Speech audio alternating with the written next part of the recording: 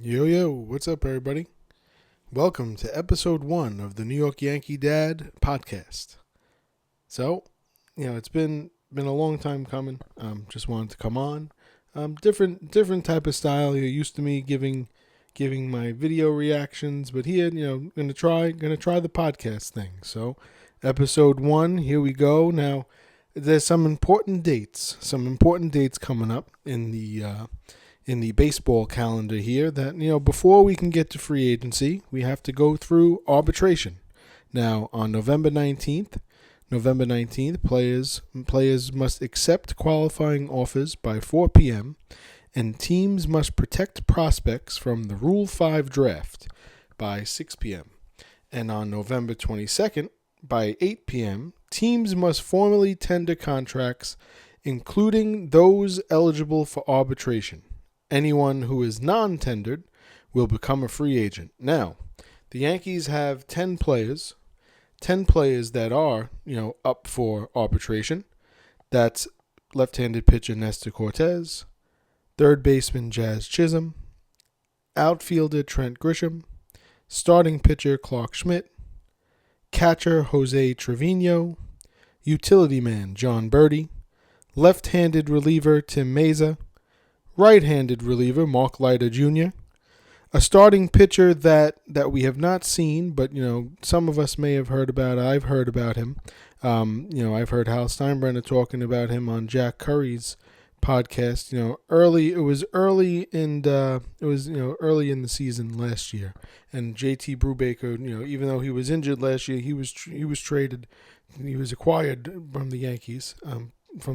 And we haven't seen him yet, but Hal Steinbrenner has spoken about him. He's the starting pitcher, JT Brubaker, and right-handed reliever Scott Efros. Now, last year the Yankees avoided arbitration and tendered the contracts of all the players they had. Now, this year is a little different. Because of the elephant in the room, Juan Soto, who is a free agent, who actually did get a qualifying offer. He was one of the 13 players throughout Major League Baseball who got qualifying offers. Juan was one of them. And, I don't see Juan Soto, taking any qualifying offer from the Yankees. Now, that was one of the arguments that, if Gleyber Torres got a qualifying offer, he most likely would have taken it, which, that's the rumor that, he probably would have taken it. We can't say he most likely would have taken it, but he probably would have taken it. And he didn't, so Gleyber is a free agent. Now, the Yankees, the current payroll right now is about $186.4 million, and there's the Uncle Steve Cohen luxury tax threshold, the $301 million that we've heard Yankees owner Hal Steinbrenner talk about, that he would like to stay under that $301 million threshold. And, last year the Yankees did, and they, were the best team in the American League, made it to the World Series. So, in his defense and Hal's argument, I would say, yeah, why not stay under that? You can, if you can. Now, the Yankees payroll right now, going into the non-tender deadline, it's about $186.4 million. Now that gives you about $62.2 million of fun money, if you want to say, to play with for making acquisitions for the team, because the Yankees do need to fill some holes. Now we've lost 3 relievers who are free agents.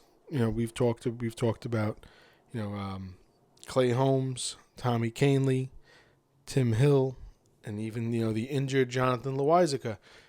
So that's 4 names, but three names in the bullpen right off the bat that the Yankees have to account for to fill out the roster if they don't bring those guys back. And there has been reports of Tim Hill and the Yankees having a mutual interest. Coming back. Haven't heard anything money wise or anything like that.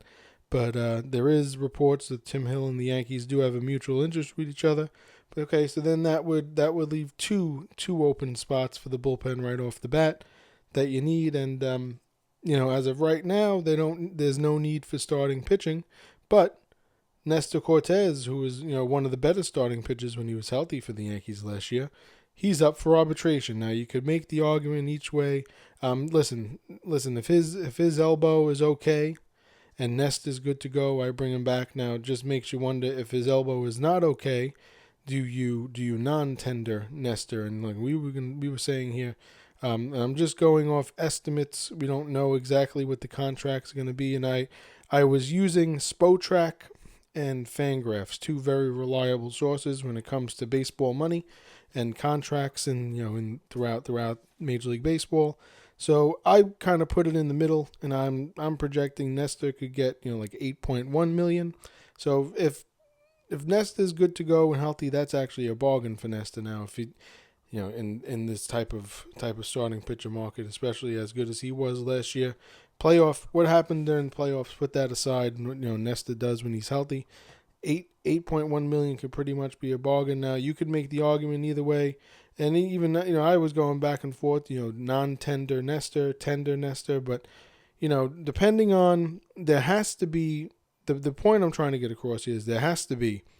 Not like usual. They are going to have to non-tender some of these 10 guys. Now, you can bring Nestor back. Jazz Chisholm, we all assume, is coming back, and he would be around the $6.35 million. Now, Trent Grisham is at $5 million right now. That's projected that his contract for the 2025 season. Now, for $5.1 million, Trent Grisham could be a non-tender candidate. But let's not jump the gun here. So, between Nestor, Jazz, Trent Grisham, Clark Schmidt, Jose Trevino, John Birdie, Tim Meza, Mark Leiter Jr., JT Brubaker, and Scott Efros. So just wanted to run the names off again. So out of those guys, some of the non-tender candidates could be Trent Grisham.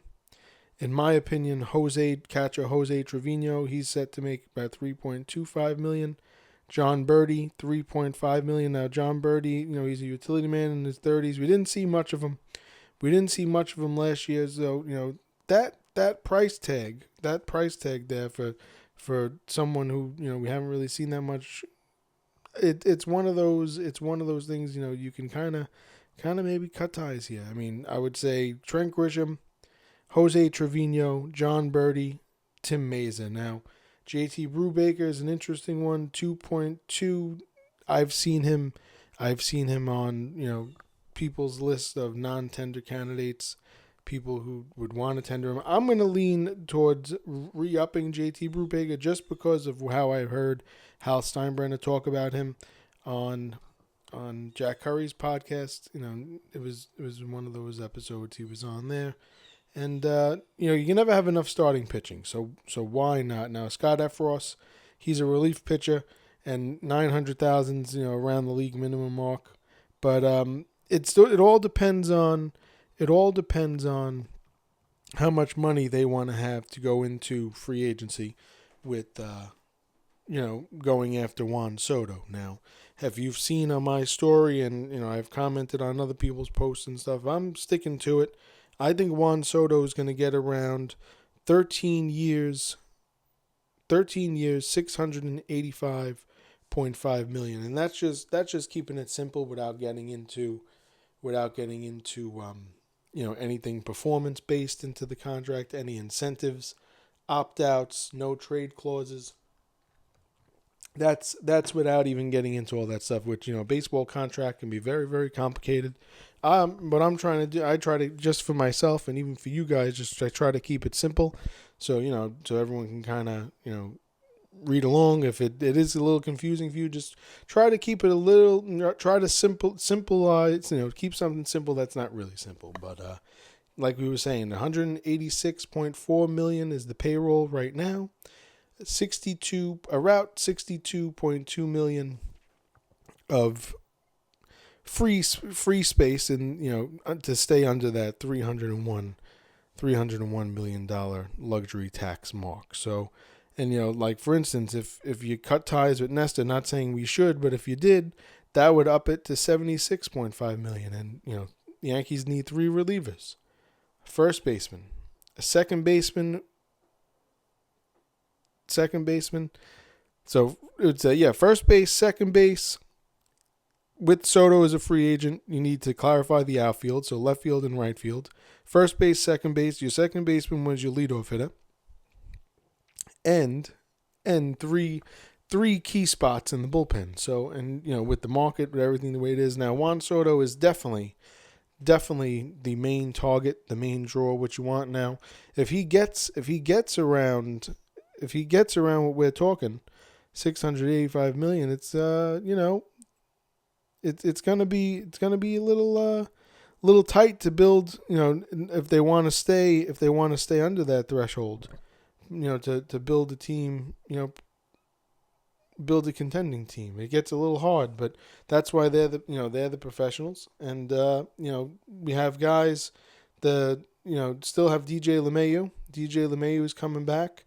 So next year, assuming that he'd be healthy coming into the season with his foot. Now, we didn't see much of him. You've heard reports about Caleb Durbin, who went off. He just set the record for most stolen bases in the Arizona Fall League, 29 stolen bases in 24 games. And, Caleb Durbin could definitely be a player. You heard Aaron Boone talk. We've heard Aaron Boone talk about Caleb Durbin.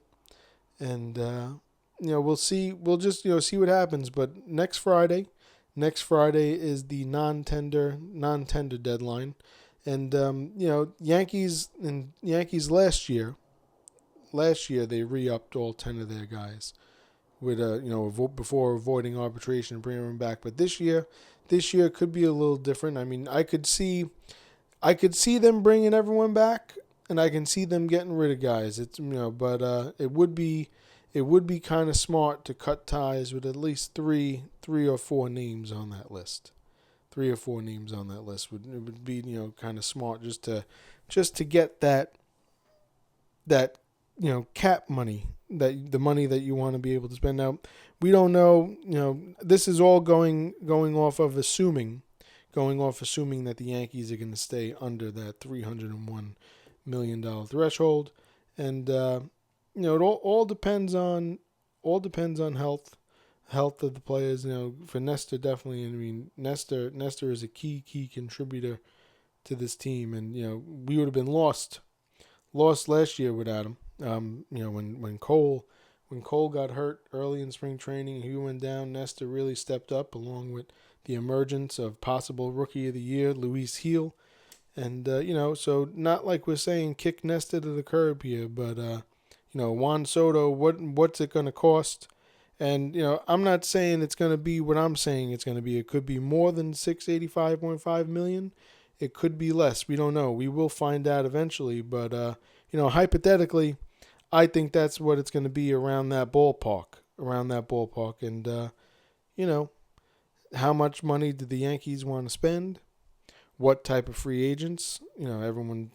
We've been seeing names such as Yankees have interest in Christian Walker, who is a fine first baseman. But how much is he going to cost? How much are they going to be able to spend on Juan Soto? Will Juan Soto be a Yankee? Will he be going elsewhere? Now, we know what life is without Juan Soto. The Yankees were a terrible baseball team in 2003. Now, he wasn't the only difference last year, but he was a big difference last year. Big difference in that lineup. And kind of just, you don't want to go back. You don't want to go back in time to start thinking about what it could be without Juan Soto. Now, there's still a lot of money that could be spent, without Juan Soto. But, you really don't want to think about that, because Juan Soto is one of those talents in the batter's box that you can't really replicate. And I'm sticking to my guns too. It would be something if Judge and Soto won co-MVPs. Soto is one of the finalists. So Aaron Judge, Juan Soto, and Bobby Witt were the finalists for American League MVPs. Could make the argument for all three players. They're very, very fine ball players. And my take early on, you might have heard me call into WFAN on Keith McPherson.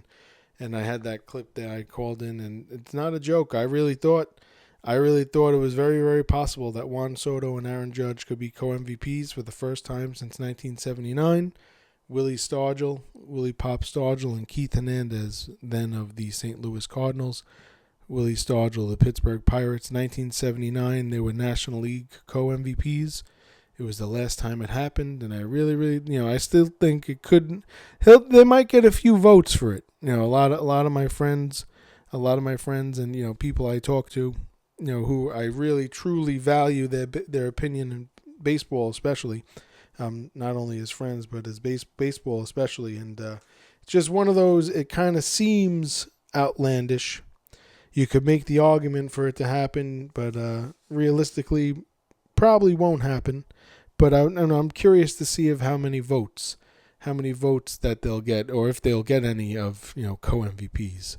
And even same thing goes for could be co-MVPs for Bobby Witt and Judge too. But Bobby Witt had that type of year. We saw Aaron Judge, what Aaron Judge can do, but Bobby Witt's no slouch either. And it's just funny. I mean, it's not really funny, but it's just funny, in a sense, to say that Aaron Judge and Bobby Witt. Aaron Judge, obviously, his playoffs were extended, but Bobby Witt really struggled, really struggled in that division series against us, and he same thing with Judge. As we saw, Judge really struggled this postseason. He eventually busted out, but wasn't enough. The Dodgers just took us to the woodshed, as you say, just out baseballed the Yankees, and that was pretty much it. The Yankees were out baseballed in the World Series. But now it's on to 2025. Still the best team in the American League. It was nice to say, like the old days, it was always championship or nothing. Now maybe I'm just becoming a softie, but I still have that mentality of championship or nothing. But now, after the disaster it was, really in 2023 of how bad that bad Yankee baseball was in 2023, in my opinion, just to make a lot of people close to me, my wife, my friends, when we just talk baseball, I would always say, just gotta get to the World Series.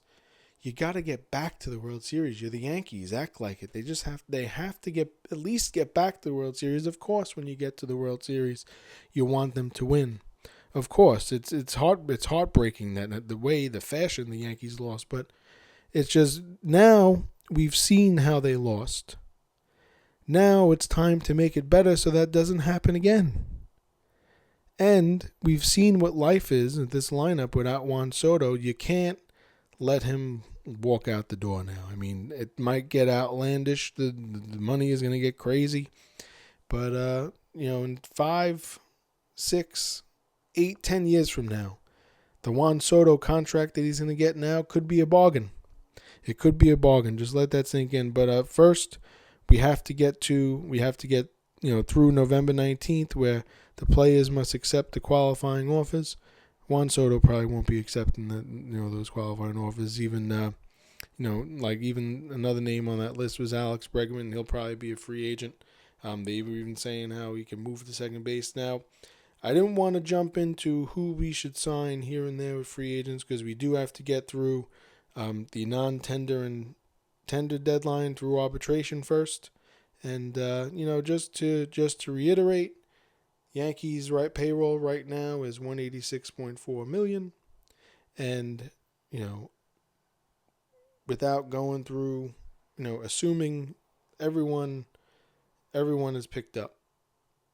If they tender everybody, what I'm trying to say is if they tender all 10 of those names that we talked about before, they would go into free agency with around $62.2 million. All depends on how much money Juan Soto is going to get. But have a great day, everyone. Enjoy your Saturdays. Enjoy the rest of your weekend. For the Giant fans like me, enjoy the bye week. Our football Sundays won't be ruined. And just enjoy the bye week, the Giants bye week. Enjoy the rest of your weekend. I'll talk to you guys next Friday. But I'll talk to you guys before next Friday. But next Friday is the big date, of the non-tender and tender deadline. Just arbitration. You can't get to free agency without getting through arbitration. So have a great day, everyone. God bless. And as always, go Yankees.